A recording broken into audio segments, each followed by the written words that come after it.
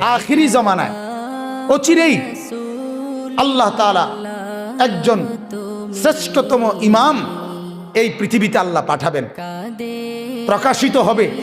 ওনার নাম হলো ইমাম মাহদি। কি নাম? ইমাম মাহদি আলাইহিস সালাম। উনি আসবে এই পৃথিবীতে, প্রকাশিত হবে। এই ইমাম মাহদি আলাইহিস সালাম উনি, সংক্ষিপ্ত করতেছি যে উনি গোটা পৃথিবীতে ইসলামী খেলাফত প্রতিষ্ঠিত করবেন। গোটা বাংলাদেশে, গোটা পৃথিবীতে, আল্লাহর পুরা জমিনে উনার হায়াত থাকতে খেলাফত প্রতিষ্ঠিত হবে। বলেন আলহামদুলিল্লাহ।